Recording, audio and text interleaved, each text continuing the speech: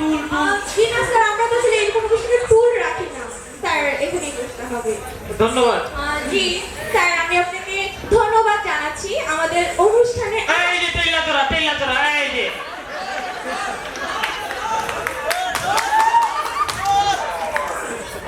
Sir বসুন please, sir বসুন। Sir আমি আপনাকে প্রথমে ধন্যবাদ জানাবো আমাদের অনুষ্ঠানে আসার জন্য, এবং সেই সাথে আপনাকেও ধন্যবাদ। স্যার সেই সাথে নিশ্চিত করতে যাচ্ছি যে আজকে আমাদের এই অনুষ্ঠানের এই স্টেজে কোনো রকমের তেলাপোকা ছাড়পোকা টিকটিকি চিকা ইন্দুর কিছুই নেই। সেটা আপনি বুঝবেন না, আমি জানি কোথায় ইন্দুর চিকা তেলা চোরা থাকে। জি স্যার, বুঝতে পেরেছি। তো স্যার আপনি কিন্তু সবাই পতঙ্গ থেরাপিস্ট হিসেবে তো আমার দর্শকদের উদ্দেশ্যে যদি আপনার আসল নামটি বলতেন। আমার নাম হচ্ছে ভেড়াঢোলা পাঁচমিশালী রতন আলী চৌধুরী। বিশাল নাম স্যার, এত বড় নামের পিছনে কি কোনো রহস্য আছে? অবশ্যই, ছোটবেলায় আমি ভেড়া চড়াইতাম, তাই লোক আমার নাম দিছে ভেড়া। আর ঢোলা ঢোলা কাপড় পরতাম, এই জন্য হচ্ছে ঢোলা। আর পাঁচমিশালীটা একটু পরে বলতে আছি। আর রতন আলী, ছোটবেলায় আমার মা খুব যত্ন করে আমার নাম রাখছে রতন আলী, বাবা রতন আর চৌধুরী। ছোটবেলায় আমি একবার পুকুরে পড়ে গেছিলাম, পরে পুকুর থেকে আর সাইডটা দড়ি দিয়ে আমার টাইনা তুলছিল, তো এই সাইড দড়ি সবার হলো চৌধুরী। আর এত নামের এই যে একটা প্যাস, এই হচ্ছে পাঁচমিশালী, এই হলো তো নাম ভেড়াঢোলা পাঁচমিশালী রতন আলী চৌধুরী। ঐতিহাসিক ইতিহাস। তো স্যার আপনার কাছে আমার একটি কথা জানার ছিল, আমার মনে হয় আমার দর্শকদেরও এই কৌতূহলটি জেগেছে। স্যার আপনি আমাদের এত সুন্দর অনুষ্ঠানে এসে এত সুন্দর চেয়ার রেখে তুলে কেন বসতে চাইছিলেন? আসলে আমি যত নিচে বসতে পারবো, কীটপতঙ্গের তত কাছাকাছি থাকতে পারবো, আর যত কাছাকাছি থাকতে পারবো তাদের নিধনের ঔষধ আমি তত বের করতে পারবো। আপনাকে বাঁচতে পেরেছেন? আর যদি না পারেন আমার গবেষণাগারে আইসেন, আমি পাঠিয়ে দিব। জি আমরা বুঝতে পেরেছি। দর্শক দেখছেন আমাদের অনুষ্ঠান জমে উঠেছে। আপনারা আমাদেরকে ফোন করতে পারেন, অথবা কীটপতঙ্গ সংক্রান্ত কোনো সমস্যার সমাধান চাইতে আমাদেরকে ফোন করুন। আমাদের ফোন নম্বর 0100.000। আমাদের ইমেইলও করতে পারেন। আমাদের ইমেইল অ্যাড্রেস www.tetushow/bokbokadi.com। দর্শক সময় হয়েছে আমাদের দ্বিতীয় অতিথিকে আমন্ত্রণ জানানো।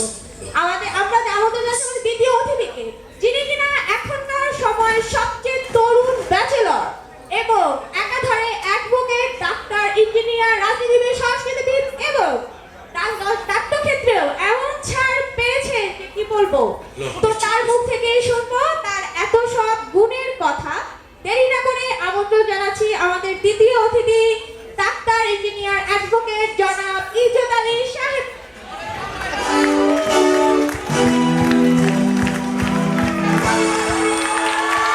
দর্শক সবাই ভালো আছেন নিশ্চয়? আপনাদের অকণ্ঠ সমর্থনে আজকে আমি ইজ্জত আলী, আপনারা অতীতে আমার সাথে ছিলেন, আশা করি ভবিষ্যতে আমার সাথে থাকবেন। ধন্যবাদ স্যার। আপনাকে ধন্যবাদ। স্যার আমি আপনাকে প্রথমে ধন্যবাদ জানাতে যাচ্ছি যে আপনি আপনার এত ব্যস্ততম অবসরের মাঝখান থেকে আমাদেরকে সময় দিয়েছেন। জি জি ধন্যবাদ। তো স্যার আমরা তো জানি আপনি অল্প বয়সে অনেকগুলো ডিগ্রি অর্জন করে ফেলেছেন। তো স্যার আপনার পড়াশোনার শুরুটা কোথায় সেটা যদি আমাদের সাথে একটু বলতেন। আসলে আমি অনেক ডিগ্রি অর্জন করেছি, পড়ালেখার বিষয়টা আমার জানাতেই হবে। তো আমি আপনাদের উদ্দেশ্যেই বলছি, আসলে আমি তো অনেক ডিগ্রি অর্জন করেছি। শুরুটা করেছি আমার গ্রামের বাড়ি বরিশালে। তো আমি কি করলাম, বরিশালে গেলাম এবং সোজা একটি কলেজে ভর্তি হয়ে গেলাম। স্যার আমরা তো জানি মানুষের পড়াশোনা শুরুটা স্কুল থেকে হয়। আসলে আমি একটি এক্সেপশন, আমার পড়ালেখা শুরুটা কলেজ থেকেই হয়েছে। জি, এরপর আমি আর বরিশালে স্থায়ী হইনি। আমি এরপর কোথায় চলে আসলাম, আমি ঢাকাতে চলে আসলাম। ঢাকাতে এসে আমি সোজা গিয়ে কুয়েটে ভর্তি হয়ে গেলাম। কুয়েট থেকে আমি আমার ডাক্তারিটা কমপ্লিট করলাম। আসলে আপনি বুঝতে পারছেন না, আমি এক্সেপশনাল। এরপর আমি কি করলাম, আমি সোজা মেডিকেলে চলে গেলাম, ঢাকা মেডিকেলে। সেখান থেকে আমি ইঞ্জিনিয়ারিংটা কমপ্লিট করলাম, আমি এখানে এসে বসে পড়লাম। জি আমরা বুঝতে পেরেছি। তো স্যার আমরা আপনার একটা পিএইচডি সম্পর্কে শুনেছিলাম, সেটা সম্পর্কে যদি একটু বলতেন। জি জি জি জি ভালো কোশ্চেন করেছেন। আসলে আমার অনেক গুণের প্রতিভা দেখে আমাকে পিএইচডিটা তো ডেস্টিনি দান করে দিয়েছে। শিক্ষা জীবন, শিক্ষা জীবন। তো দর্শক এই মুহূর্তে আমাদের সাথে কিছু ফোন কল আছে, আমরা সেগুলো নিয়ে আসি। হ্যালো দর্শক জি আপনার নাম? হ্যালো ম্যাডাম, আপনি কি আমাকে শুনতে পাচ্ছেন? জি দর্শক, আমি আপনাকে শুনতে পাচ্ছি। হ্যাঁ। আপনি আপনার নামটি বলে প্রশ্নটি করুন। ম্যাডাম, আপনাকে খুব সুন্দর লাগতেছে। Thank you, দর্শক। জি, আপনার প্রশ্নটি করুন। ম্যাডাম, আমার প্রশ্ন হলো বেড়াডোলা পতঙ্গ থেরাপির সাহেবের কাছে। বলেন বলেন। স্যার, সিকে আমার বইয়ের পাখি ড্রেসটা গতকালকে রাত্রে কাটা ফেলাইছে, তাই সে ঘর সাইডে উড়াল দিছে। এখন আমি কি করবো? ফোলা মাইয়া লইয়া এটা কর। ভাই টেনশনের কোনো কারণ নাই। আমার দীর্ঘদিনের গবেষণার প্রোডাক্ট যে টিক্কারসালি কমপ্লেক্স পাউডারটা আছে না, ওইটা খালি একটু সিটে রাখবেন ভাই, সব সমাধান। ভাই আসলেই কাম করে তো? 100%। জি ভাই, আমার লাগবে ভাই। তো দর্শক, আমাদের আরেকটি ফোন কল আছে, আমরা সেটাও নিয়ে আসি। হ্যালো দর্শক, আপনার নামটি বলে প্রশ্নটি করুন। আমার প্রশ্ন হলো ইজ্জত আলী সাহেবের কাছে। জি প্রশ্নটি করুন। ওনার গত বছর যে গম চুরির যে মামলা হয়েছিল সেটার কি খবর? দুঃখিত দর্শক, যান্ত্রিক গোলযোগের জন্য আপনার প্রশ্নটি আমরা পাইনি, আপনি আরেকবার চেষ্টা করুন। তো আমরা চলে আসি আমাদের মূল আলোচনায়। তো আমি জানতে চাই জনাব ইজ্জত আলী সাহেবের কাছে, জি, জি, জি, স্যার অবশ্যই। আপনি তো অনেক অল্প বয়সে রাজনীতিতে সক্রিয়ভাবে অংশগ্রহণ করেছেন। তো আপনার এই যে রাজনীতিতে সক্রিয়ভাবে অংশগ্রহণে আমাদের রাজনৈতিক ক্ষেত্রে কি কি অবদান রাখতে পেরেছেন? আরে কি আমি করি ভাই? আপনি যা জানতে পারেন, আমার সামনে বসে আমার যত শুভাকাঙ্ক্ষী আছে সবাই জানে। স্যার বিষয়টা একটু বলুন। আসলে সর্বক্ষেত্রে আমার অবদান আছে। তো বেসিক্যালি আমার অবদানটা শিক্ষা ক্ষেত্রে। তো শিক্ষা ক্ষেত্রে আমার অবদানটা বেসিক্যালি বলতে গেলে আমি আসলে এই যে আমার সময় দেখছেন, এই যে আমার সময় আমি কি করেছি, আমি এত এত প্রাইভেট বিশ্ববিদ্যালয়গুলো হচ্ছে, মেডিকেল কলেজগুলো হচ্ছে, কে করেছে? আমি ইজ্জত আলী করেছি, আমি ইজ্জত আলী। কিন্তু স্যার আমরা তো যেটা জানি যে সব প্রাইভেট বিশ্ববিদ্যালয় মেডিকেলে পড়ালেখার মান খুবই নিম্নমান। মানে আপনি পড়ালেখার দিকে যাচ্ছেন কেন ম্যাডাম? আবার কোথায় চলে যাচ্ছেন? পড়ালেখা হোক বা না হোক, আসলে এইসব বিশ্ববিদ্যালয় হচ্ছে কিনা সেটা আপনার বলেন, হচ্ছে না? জি জি অবশ্যই জি জি জি। বুঝতে পেরেছি স্যার। তো স্যার আপনি একটি প্রশ্ন ফাঁস সংক্রান্ত একটি সমালোচনার কথা কতদিন ধরে আসলে সমালোচনা তো করবেই, ভালো মানুষের সমালোচনার অভাব আছে বলেন? আসলে প্রশ্নপত্র ফাঁস বলে আসলে কিছু নেই। আসলে দেখেন, আমার সামনে সবাই বসে আছে, সবাই তো আমার সমবয়সী না নিশ্চয়ই। আমার কিছু ছোট ভাই বোনেরাও আছে যারা এই মুহূর্তে পরীক্ষার হলে যাবে। আপনি চিন্তা করেন তাদের জন্য আমার কি কিছু করা উচিত কিনা? জি অবশ্যই।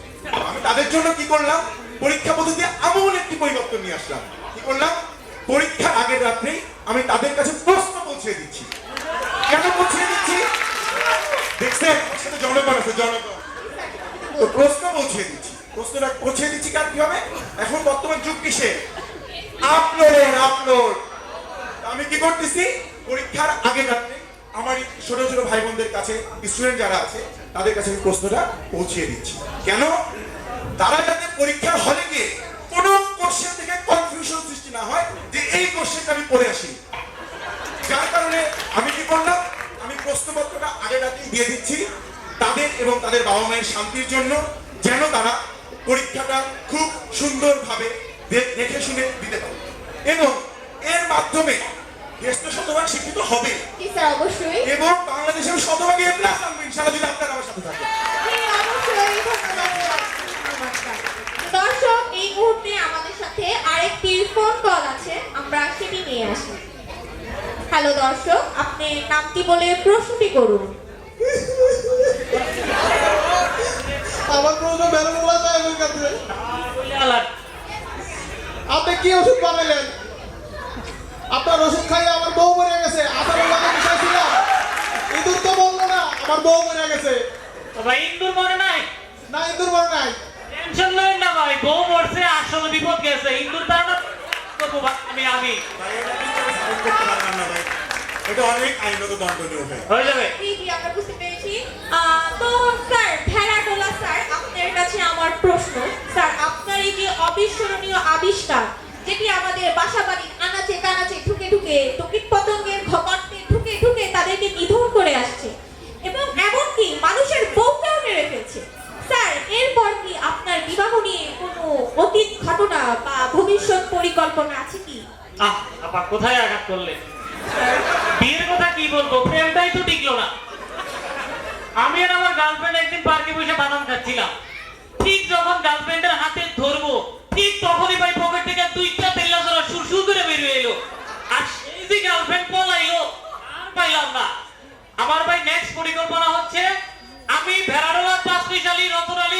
কথা দিতেছি বাংলাদেশকে আমি তেল্লাছড়া মুক্ত করবো ইনশাআল্লাহ। জি, আমি আপনার সাথে আছি, আমি আপনার সাথে আছি। জি, আমরাও সাথে আছি। জি, স্যার, আপনারা বসুন। তো দর্শক, আমাদের সাথে আরেকটি ফোন কল আছে, আমরা সেটি নিয়ে আসি। দর্শক, আপনি হাসির ভলিউমটি কমিয়ে আমাদেরকে প্রশ্নটি করুন। জি দর্শক, আপনার প্রশ্নটি করুন। আমার প্রশ্ন সদস্য ইজ্জত আলী সাহেবের কাছে, আপনি আর কতবার বেতন থাকবেন? আপনি কি এই জিনিস ভাবছেন? জি স্যার, উনি আপনার বিবাহ সম্পর্কে কিছু জানতে চাচ্ছিলেন। এটা একটা পার্সোনাল কোশ্চেন। আসলে বিয়ে করতে কে না চায় বলেন? চিন্তা করেন, এই দেখেন আমি একটা সুদর্শন ব্যাচেলর সুন্দর ছেলে, ছেলে কিনা বলেন? জি, জি, অবশ্যই। জি। দেখেন আমার এই যে প্যান্টটা, এই যে এটা কিসের? Branded branded. এই যে পাঞ্জাবিটা, এটা কিসের? ব্র্যান্ডেড। তার মানে কি আমি একটা ব্র্যান্ডি লোক। ব্র্যান্ডি লোক, এই বাংলাদেশের নন ব্র্যান্ডের মেয়ে কি আমার সাথে মানায়? আমার নেক্সট টার্গেট ছিল পশ্চিমবঙ্গে যাওয়ার মেয়ে খুঁজতে, বাট আপনাকে দেখার পর থেকে আমি ভাবছিলাম জি স্যার, আপনি বসুন। জি করবেন কিন্তু। Okay. জি স্যার, বসুন। তো দর্শক, এই মুহূর্তে আমরা অবশ্যই ইয়া করছি এবং এই আপনি নড়বেন না উকু উকু উকু তুমি আমাদের হুকুম পাইলা কেন? হ্যাঁ? আপনি কথা বলবেন না, আপনার মুখে গন্ধ। আরে মিয়া, আপনি আরে মেয়ে গন্ধ, গন্ধ মিয়া। গন্ধ মিয়া। সাময়িক গোলযোগের জন্য আমরা এখানে অনুষ্ঠান শেষ করছি। আপনাদেরকে আমাদের আগামী দিনের অনুষ্ঠান দেখার আমন্ত্রণ জানিয়ে এখানেই শেষ করছি। শুভরাত্রি।